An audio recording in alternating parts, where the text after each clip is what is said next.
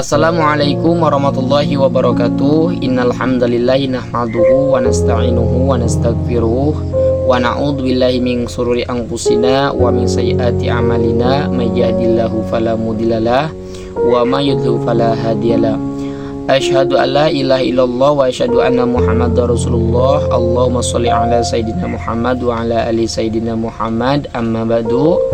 Kepada yang terhormat dosen pengampu mata kuliah public speaking, yakni Al-Mukarram Bapak Dr. Adi Kusuma MSI, yang mana beliau selalu diberikan kesehatan jasmani maupun rohaninya dalam membimbing kelas public speaking ini, dan selalu dipermudahkan rizkinya dan selalu dilancarkan segala apa yang direncanakannya.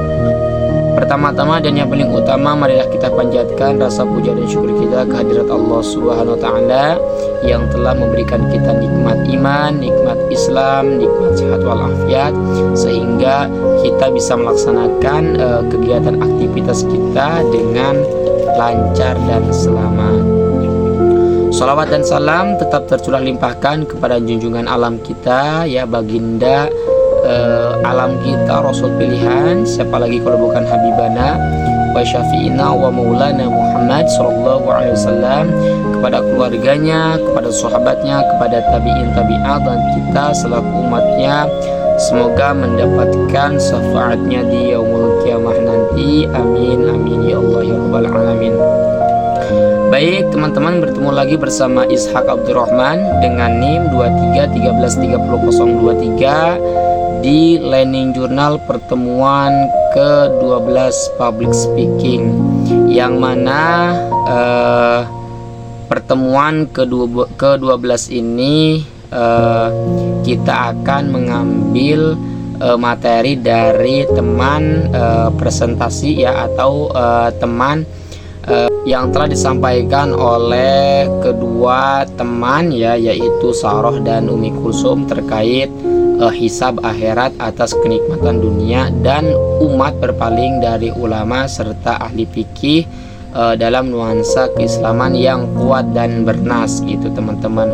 Itu yang disampaikan oleh kedua pemateri, ya. Di sini saya akan mengulang kembali terkait materi yang telah disampaikan oleh mereka, ya, terkait hisab akhirat atas kenikmatan dunia dan peringatan bagi umat yang berpaling dari ulama dan ahli fikih.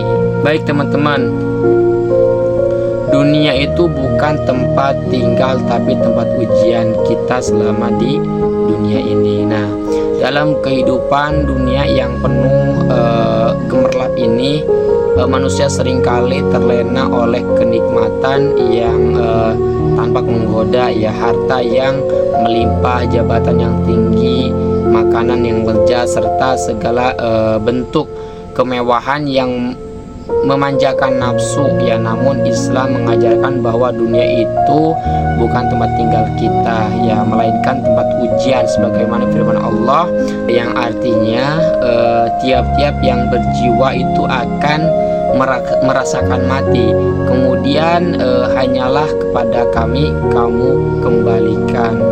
Quran surat Al-Ankabut ayat 57.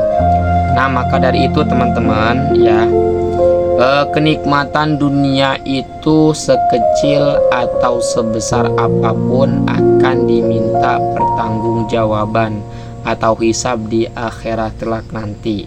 Itu teman-teman. Nah,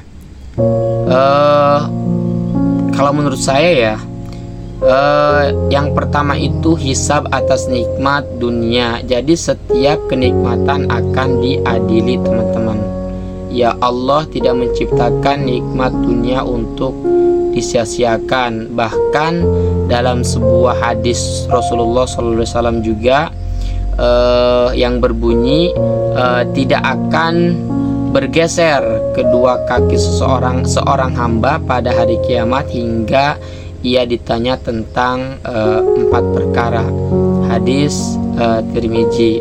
Nah, salah satunya adalah tentang hartanya, dari mana ia memperoleh dan kemana ia membelanjakan. Artinya setiap rupiah, setiap suap makanan, setiap waktu luang yang digunakan di dunia akan ditanya satu persatu, teman-teman. Nah, orang yang hidup mewah tetapi lalai, tidak bersyukur, tidak menafkahkan hartanya di jalan Allah, dan malah berfoya-foya dalam kemaksiatan. Nah, mereka inilah yang akan menanggung hisab yang berat. Dalam Al-Quran disebutkan yang artinya kemudian kamu pasti akan ditanya pada hari itu tentang nikmat yang kamu peroleh di dunia. Quran surat At-Takasur ayat 8. Ya, sebagaimana yang telah disampaikan oleh saudari Sarah kemarin gitu. Bahkan para ulama juga menyatakan bahwa kenikmatan dunia tanpa rasa syukur dan tanpa ketakwaan hanyalah istidrat, ya, kenikmatan yang menipu, yang pelan-pelan menyeret manusia kepada azab, ya. Nah, selanjutnya teman-teman, umat yang berpaling dari ulama dan ahli fikih, ya, jalan menuju kesengsaraan. Nah, di zaman modern ini teman-teman, yang telah disampaikan oleh saudari Sarah kemarin, banyak orang yang mulai berpaling dari para ulama dan ahli fikih. Nah, mereka itu lebih percaya kepada logika sendiri, pendapat media atau figur ya populer yang bukan ahlinya dalam agama. Padahal dalam Islam ulama adalah pewaris para nabi. Rasulullah SAW bersabda, sesungguhnya ulama itu adalah pewaris para nabi. Hadis riwayat Abu Daud dan Tirmizi. Merekalah yang memahami Al-Quran, As-Sunnah, serta mampu membimbing umat dalam memecahkan persoalan hidup dengan tuntunan syariat ketika umat meninggalkan ulama. Nah, maka umat akan terombang-ambing dalam kebodohan, kekacauan moral, dan subhat yang menyesatkan gitu, ya. Allah juga berfirman dalam Quran surat An-Nahl yang artinya, maka bertanyalah kepada orang yang berilmu jika kamu tidak mengetahuinya. Itu teman-teman, ya. Jadi sangat sekali berpaling di zaman sekarang ini, teman-teman. Nah, berpaling dari ulama itu berarti memiliki untuk berjalan dalam kegelapan gitu, ya. Lebih buruk lagi, sebagai umat tidak hanya berpaling, tapi juga meremehkan atau bahkan memusuhi ulama gitu. Hal ini merupakan ciri akhir zaman, sebagaimana disebutkan dalam hadis Rasulullah yang artinya akan datang kepada manusia tahun-tahun penuh tipu daya. Nah, di mana pendusta dipercayai, orang jujur didustakan. Nah, pengkhianatan diberi amanah, dan orang amanah dianggap pengkhianat, dan akan berbicara ruwai bidah gitu, bid'ah, ya. Para sahabat bertanya, siapakah ruwai bid'ah itu? Nah, beliau menjawab, orang bodoh yang berbicara tentang urusan umum. Itu terdapat dalam hadis riwayat Ibnu Majah, teman-teman. Nah, selanjutnya teman-teman, selain berpaling juga ada dampak nyatanya, teman-teman, ya, yaitu hilangnya keberkahan dan datang bala, ya, bencana gitu, teman-teman. Ketika umat tidak lagi merujuk kepada ulama dan membiarkan hawa nafsu mengendalikan kehidupan mereka, maka satu demi satu tanda kemurkaan Allah akan nampak gitu. Yaitu tanda kemurkaan Allah akan nampak kepada umat atau kepada hambanya yang berbuat kemaksiatan gitu.